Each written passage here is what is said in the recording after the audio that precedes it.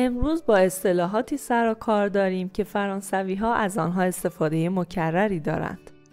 اگر شما یک غیر فرانسوی هستید، بیشک حتی یک اصطلاح از این لیست را هم نمی‌دانید. در ادامه به این 15 اصطلاح می‌پردازیم. پس تا انتهای ویدئو با من همراه باشید. اصطلاح اول: Tu t'en sors. Tu t'en sors. این اصطلاح در شرایط مختلف معنی متفاوتی دارد.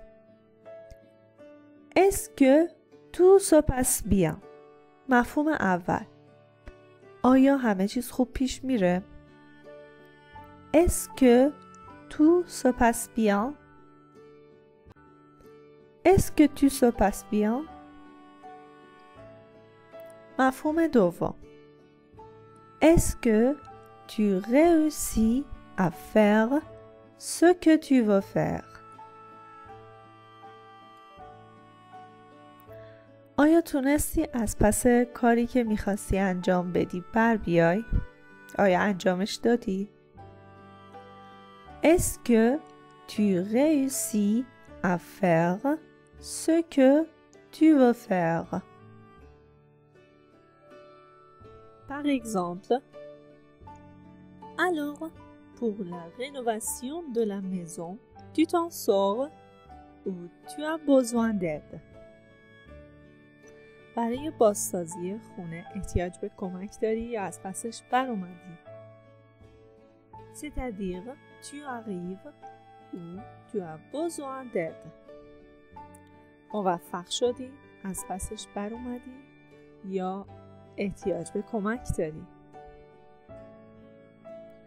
و برای پاسخ به این اصطلاح: Oui, je m'en sors très bien. بله، خیلی خوب از پسش بر اومدم. Non, je m'en sors pas du tout. نه، نتونستم اصلا از پسش بر بیام.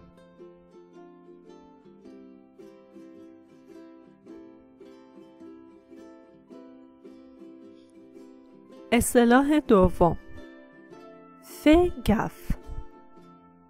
Fais gaffe به معنی Fais attention.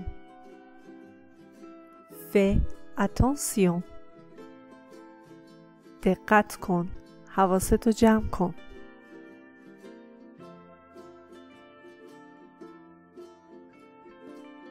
Par exemple, fais gaffe aux pickpockets dans le métro. Fais gaffe aux pickpockets dans le métro. حواست به جیب زنای توی مترو باشه. C'est-à-dire, fais attention aux pickpockets dans le métro.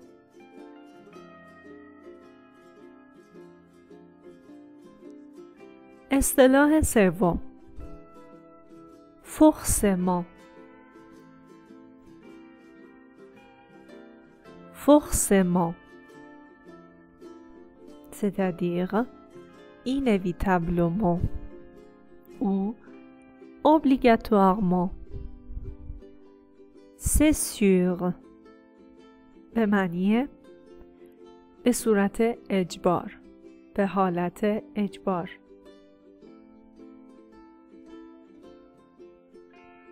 Par exemple, si tu vas manger dans un restaurant typiquement toulousain, il y aura forcément du magret du canard. C'est-à-dire, c'est sûr qu'il y aura du magret du canard. C'est obligatoire. اگر می‌خواهید در یک رستوران معمولی تولوزی غذا بخورید، حتما سینه اردک آنجا وجود دارد. این یک اجبار است. Quatrième expression. اصطلاح چهارم. Au cas où. Au cas où. در شرایطی که.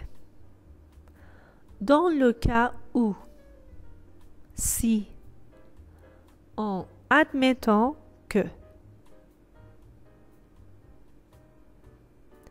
Dans le cas où. در شرایطی که. Si. اگر. En admettant que. فرض بر این است که. Par exemple, je prends mon parapluie au cas où. در شرایطی که باران ببارد، چترم را با خودم برمی‌دارم. معمولا فرانسوی زبان‌ها جمله را بعد از au cas où ادامه نمی‌دهند، زیرا معنی جمله مشخص و واضح است. C'est-à-dire, je prends mon parapluie au cas où il pleuvrait.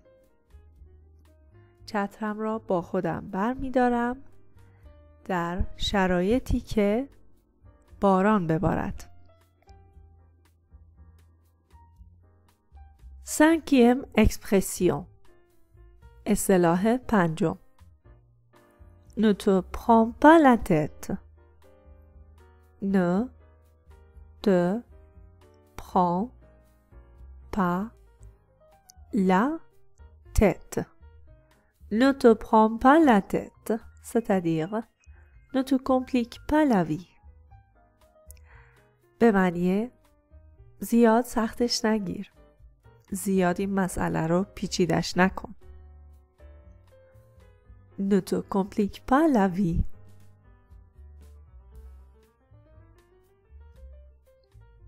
Par exemple,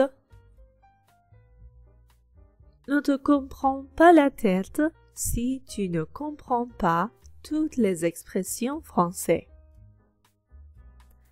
اگر تمامی اصطلاحات فرانسوی رو نمیفهمی، نگران نباش. پیچیدش نکن. Sixième expression. اصطلاح ششم. Tant mieux. چه خوب. چه عالی. Tant mieux. C'est-à-dire heureusement. خوشبختانه. C'est mieux. چه عالی. Par exemple, tu ne vas pas apprendre 15 expressions. Tu vas en apprendre 16. Tant mieux. قرار نیست که 15 تا اصطلاح یاد بگیری. تو قراره که 16 تا اصطلاح یاد بگیری. چه عالی. چه خوب. Septième expression. اصطلاح هفتم. Tu m'étonnes. Tu m'étonnes. این اصطلاح حالت کنایه آمیز یا ایرونیک داره. به معنی سورپرایزم کردی، اما دقیقاً به معنی اینه که چیزی رو به هم گفتی که اصلاً سورپرایز نشدم. Ça ne me surprend pas. منو شگفت زده نکرد. C'est clair. Je le sais. مشخصه. میدونستم. پس tu m'étonnes به معنی سورپرایزم کردی. اما معنی کنایه آمیز اینو داره که خب این که معلومه، مشخصه، من اینو میدونستم. یا اینکه ça ne me surprend pas. اصلاً شگفت زده نشدم. Par exemple, on est allé au château de Versailles et c'était fantastique. Oui, tu m'étonnes. On est allé au château de Versailles. ما به کاخ ورسای رفتیم. Et c'était fantastique. و اون فوق‌العاده بود. Oui, tu m'étonnes. آره، میدونستم.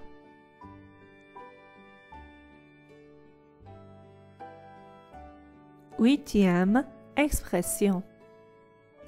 اصطلاح هشتم. Alors là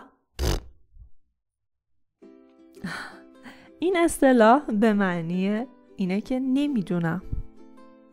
اصلا نمیدونم. Je ne sais pas du tout.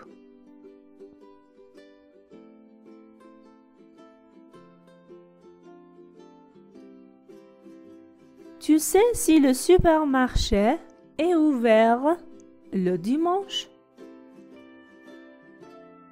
میدونی سوپرمارکت یک شنبه ها بازه؟ Alors là اصلا نمیدونم.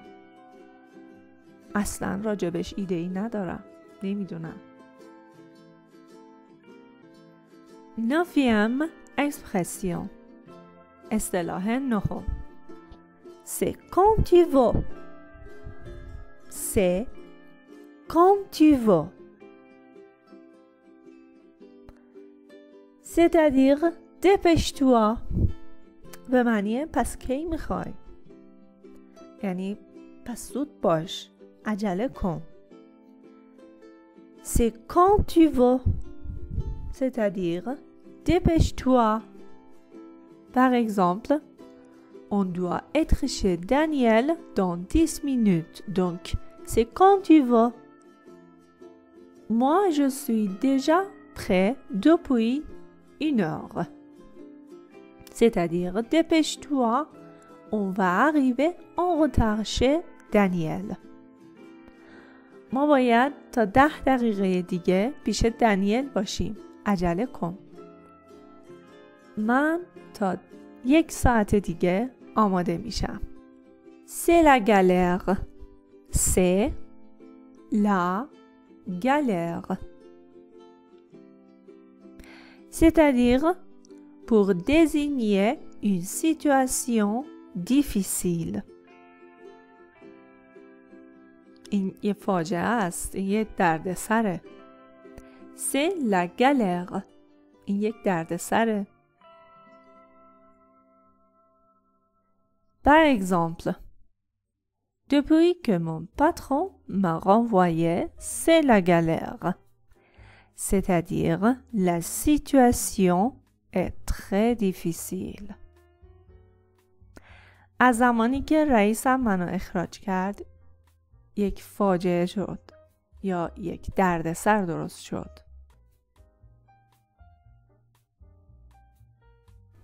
C'est pas faux. این غلط نیست. C'est pas faux. C'est-à-dire c'est vrai. درسته. شاید بپرسید که چرا فرانسوی‌ها به جای اصطلاح c'est pas faux به معنی این اشتباه نیست مستقیم نمیگن c'est vrai. C'est vrai. خب چون که فرانسوی‌ها همیشه عاشق پیچیده کردن مسائل هستند. حتی توی اصطلاحاتشون. اوکی. C'est pas faux. C'est-à-dire c'est vrai. درسته. C'est du n'importe quoi. C'est-à-dire اصلا با عقل جور در نمیاد. هیچ معنی خاصی نداره. C'est du n'importe quoi.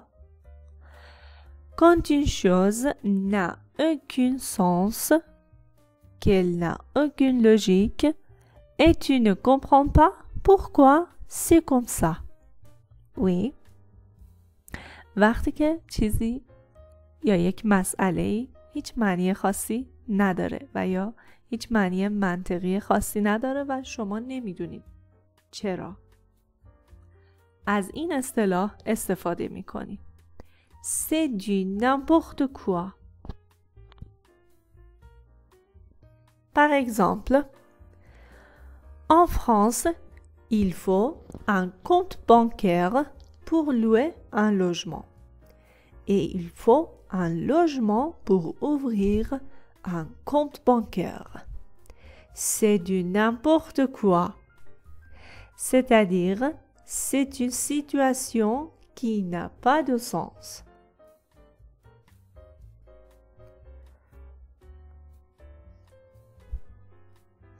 در فرانسه برای اجاره مسکن نیاز به حساب بانکی دارید و برای افتتاح حساب بانکی نیاز به مسکن دارید و این اصلا با عقل جور در نمیاد.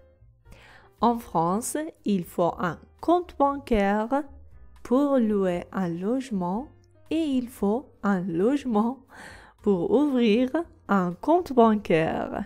C'est du n'importe quoi. T'inquiète. T'inquiète, c'est-à-dire نگران نباش.